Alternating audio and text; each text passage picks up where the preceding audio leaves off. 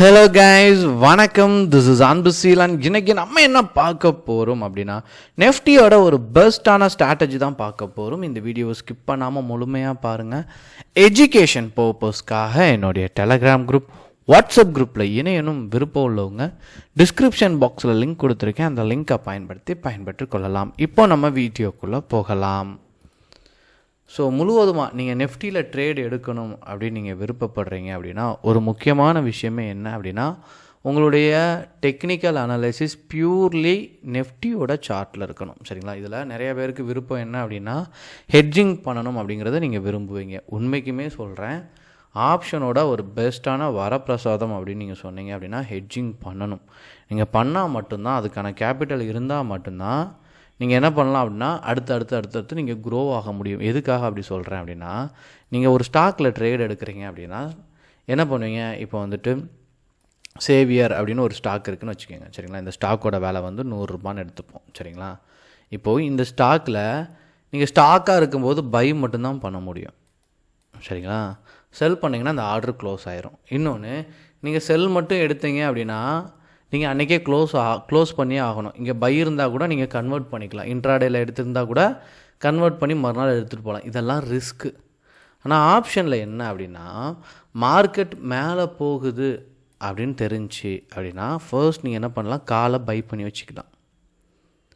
என்ன ஆயிடுச்சு, அந்த டேயில் வந்து மார்க்கெட் நீங்கள் என்ன எப்போவுமே வந்து 10ல் ஒரு ப்ரெடிக்ஷன் கட்டாயமாக தப்பாக இருக்க சான்சஸ் ரொம்பவே அதிகம். அப்போது மேலே போகிற மார்க்கெட் கீழே இறங்கிருச்சு அப்படின்னா நீங்கள் என்ன பண்ணலாம், புட்டையும் பை பண்ணி வச்சுக்கலாம். இப்போது இந்த புட்டையும் நீங்கள் பை பண்ணி வச்சுட்டீங்க அப்படின்னா, இப்போ நமக்கு ஒரு 2000 ரூபாய் லாஸ் இருக்குன்னு வைங்களேன், எக்ஸாம்பிளுக்கு சொல்கிறேன். இப்போ இது என்ன பண்ணலாம், நீங்கள் மறுநாள் எடுத்துகிட்டு போகலாம். ஏன்னா ரெண்டையுமே கேரி ஃபார்வர்ட் பண்ணிக்கலாம். சரிங்களா? இப்போ எடுத்துகிட்டு நாளைக்கு திரும்ப மார்க்கெட் மேலே தான் போகும் அப்படின்னு கணிச்சிட்டிங்கன்னா புட்டை ரிலீஸ் பண்ணி விட்டுடலாம். திரும்ப கால் என்னாகும், நம்ம 2000 ரூபா லாஸை கவர் பண்ணி ப்ராஃபிட் கூட தரலாம். அப்போது இதில் ஹெட்ஜிங் சொல்கிறல, ஹெட்ஜிங் அப்படின்னாலே மல்டிபிள் ஆக்ஷன் எடுக்கிறது தான் ஹெட்ஜிங். சரிங்களா? காலை பை பண்ணி புட்டையும் பை பண்ணி வச்சுருக்கீங்களா, இதுதான் ஹெட்ஜிங். சரிங்களா? இதிலே ஸ்ட்ராங்கிள் அப்படி இப்படி நிறையா மெத்தட் இருக்குது. சரிங்களா? செல்லிங்கில் மெத்தட் இருக்குது, பையிங்கில் நிறையா மெத்தட் இருக்குது. இதெல்லாம் அடுத்து. ஆனால் பேசிக்ஸ் நீங்கள் உள்ளே வரும்போது ஹெட்ஜிங் அப்படிங்கிறது தெரியணும். அப்போ நான் அந்த ஹெட்ஜிங்கை எப்படி பயன்படுத்தலாம் சார், எனக்கு ஒரு பேசிக்கான ஒரு ஸ்ட்ராட்டஜி தெரியணும் அப்படின்னா, நான் எண்டில் ஒரு ட்விஸ்ட்டோடு ஒன்று சொல்லித்தரேன். ஸோ தொடர்ச்சியாக பாருங்கள். ஃபர்ஸ்ட் ஒரு ஸ்ட்ராட்டஜியை க்ரியேட் பண்ணுங்க. எதை வச்சு க்ரியேட் பண்ணணும் அப்படின்னு கேட்டிங்க அப்படின்னா, வெயிட்டேஜ் வச்சு பார்க்கணும். இப்போது என் கிளாஸுக்கே நிறைய பேர் கால் பண்ணுவாங்க ஜாயின் பண்ணச்ச. அப்போ நான் கேட்குற கேள்வி, உங்களுக்கு வெயிட்டேஜ் தெரியுமா? ஒரு ட்ரேட் எடுப்பாங்க, அவங்களுக்கு ரொம்ப விருப்பமாக இருக்கும். பேங்க் நெஃப்டி, ஃபின் நெஃப்டி, இதில் தான் ட்ரேட் எடுப்பாங்க. நெஃப்டி வெயிட்டேஜ்னு கேட்டால் அவங்களுக்கு தெரியாது. வெயிட்டேஜ் தெரியாமல் நீங்கள் எப்படி ட்ரேட் எடுப்பீங்க அப்படிங்கிற ஒரு கேள்வி இருக்கு. ஏன் அப்படின்னா, நெஃப்டி 50 இருந்தால் மட்டும்தான், நெஃப்டி 50யோட வெயிட்டேஜ் தெரிஞ்சால் மட்டும்தான். ஏன்னா நெஃப்டி 50 எப்படி மூவ் ஆகுது அப்படின்னு கேட்டிங்கன்னா, ஹெச்டிஎஃப்சி, ரிலையன்ஸ், ஐசிஐசிஐ, சரிங்களா, அப்புறம் ஃபினான்ஷியல் சர்வீஸ், ஐடி, இதனுடைய பெர்ஃபார்மன்ஸை பேஸ் பண்ணி தான் நெஃப்டியே மூவ் ஆகும். அப்போ நீங்கள் இது தெரியாமல் நீங்கள் கணிக்க முடியாது. அப்போ இதுக்கு நீங்கள் என்ன பண்ணணும் அப்படின்னா, மல்டிபிள் சார்ட் யூஸ் பண்ணணும். சரிங்களா? ஃபர்ஸ்ட் இண்டெக்ஸில் 2 மட்டும் எடுத்துக்கோங்க. சரிங்களா? ஃபினான்ஷியல் சர்வீஸும் ஐடியும் எடுத்துக்கோங்க.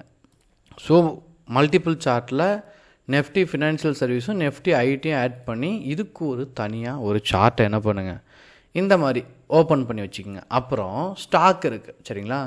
ரொம்ப வேண்டாம், இந்த 3 ஸ்டாக் இல்லை 4 ஸ்டாக் இதை மட்டும் எடுத்து இதே மாதிரி மல்டிபிள் சார்ட் போட்டுக்கணும். சரிங்களா? இப்போ எக்ஸாம்பிளுக்கு, சரிங்களா, ஹெச்டிஎஃப்சியும் ரிலையன்ஸும் கொஞ்சம் வெயிட்டேஜில் கொஞ்சம் அதிகமாக இருக்குது. அப்போ ஹெச்டிஎஃப்சியும் ரிலையன்ஸோட சார்ட்டையும் தனியாக வியூ பண்ணிடுங்க. ஸோ மல்டிபிள் சார்ட்டை பொறுத்த மட்டும் இல்லை, எக்ஸாம்பிளுக்கு சிம்பிளாக புரியணுங்கிறதுக்காக இந்த மாதிரி கொடுத்துருக்கேன். சரிங்களா? நான் என்ன பண்ணுறேன், அதாவது ஸ்டாக்கில் வெயிட்டேஜ் இருக்குது நெஃப்டியில், அதுக்கும் நான் என்ன பண்ணிட்டேன், சார்ட்டை ஓப்பன் பண்ணி வச்சுக்கிட்டேன். செக்டாருக்கும் வெயிட்டேஜ் உண்டு. சரிங்களா? அதனால் செக்டாரையும் நான் ஓப்பன் பண்ணி வச்சுக்கிட்டேன். இப்போது நீங்கள் டே டைம் ஃப்ரேம் யூஸ் பண்ணுங்கள்.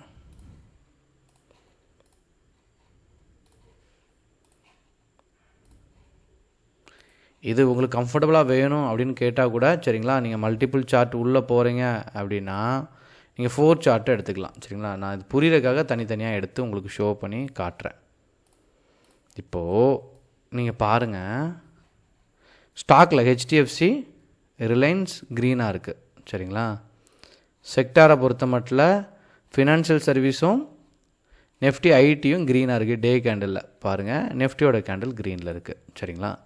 வெயிட்டேஜ் எப்படி மூவ் பண்ணுதோ அதை பொறுத்து தான் மூவ் ஆகும். இப்போது அப்படியே என்ன பண்ணுங்க அப்படின்னா இதுக்கெல்லாம் 3 ஹவர்ஸ்க்குள்ளே டைம் ஃப்ரேம் போடுங்க.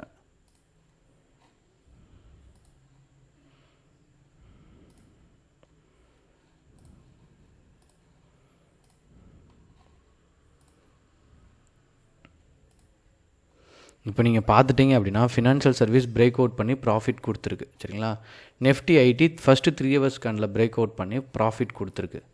இங்கே நீங்கள் பார்த்துட்டிங்க அப்படின்னா இந்த இடத்துல கேண்டலோட பெர்ஃபார்மன்ஸ் எப்படி இருக்குன்னு பார்க்கணும். ரிலையன்ஸ் எப்படி இருக்குது அப்படின்னா டவுன் ட்ரெண்டில் போச்சுன்னா உங்களுக்கு இங்கே பார்த்தீங்கன்னா இந்த கேண்டில்லேருந்து கீழே டவுன் ஆகிட்ருக்கும். சரிங்களா, இந்த ஒரு சின்னதாக ஒரு லைன் சின்ன ஷேடோவாக போகுது பாருங்கள்.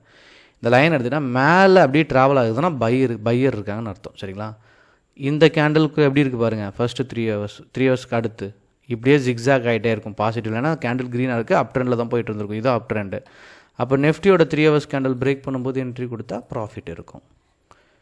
அதனுடைய ஸ்லைட்லி பெர்ஃபார்மன்ஸ், அதாவது ஸ்டாக்கோட ஸ்லைட்லி பெர்ஃபார்மன்ஸும் செக்டாரோட ஸ்லைட்லி பெர்ஃபார்மன்ஸுமே பேங்க் நிஃப்டியை நல்ல லெவலில் க்ரோ பண்ண வச்சிரும். சரிங்களா, இதில் போயிட்டு ஒரு ஸ்கேல்பிங் பண்ணுறதுங்கிறது ரொம்ப ஈஸி.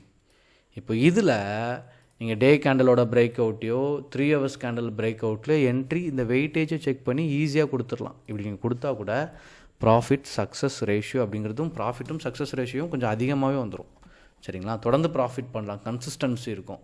ஸோ இதை மைண்டில் வச்சுட்டு நீங்கள் தொடர்ந்து அதாவது இல்லை சர்வே பண்ணணும்னு நினச்சிங்கன்னா இந்த மாதிரி டெக்னிக்கலாக நீங்கள் மூவ் ஆகும்போது சக்ஸஸ் இருக்கும். இங்கே நிறையா பேர் பண்ணக்கூடிய விஷயம் என்ன அப்படின்னா 10 மினிட்ஸ் கேண்டில் டைம் ஃப்ரேம் போட்டு இது மேலேயோ கீழே பிரேக் அவுட் பண்ண என்ட்ரி கொடுப்பாங்க. இப்படியெல்லாம் கொடுத்தீங்க அப்படின்னா இதெல்லாம் ஃப்ளூக்கில் வர்ற ப்ராஃபிட். சரிங்களா, இதில் நம்ம மார்க்கெட்டில் தொடர்ந்து சஸ்டெயின் ஆக முடியாது. நீங்கள் என்ன ட்ரேட் பண்ணாலும் சரிங்களா, பின்னாடி பேக் டெஸ்ட்டில் உங்களுக்கு சின்னதாக ஒரு ஹோம்ஒர்க் இருக்கணும். டெக்னிக்கலாக அப்ரோச் பண்ணிங்க அப்படின்னா you will become a good trader. எது டவுட்னாலும் கமெண்ட் பண்ணுங்கள். தேங்க்யூ கைஸ், பாய்.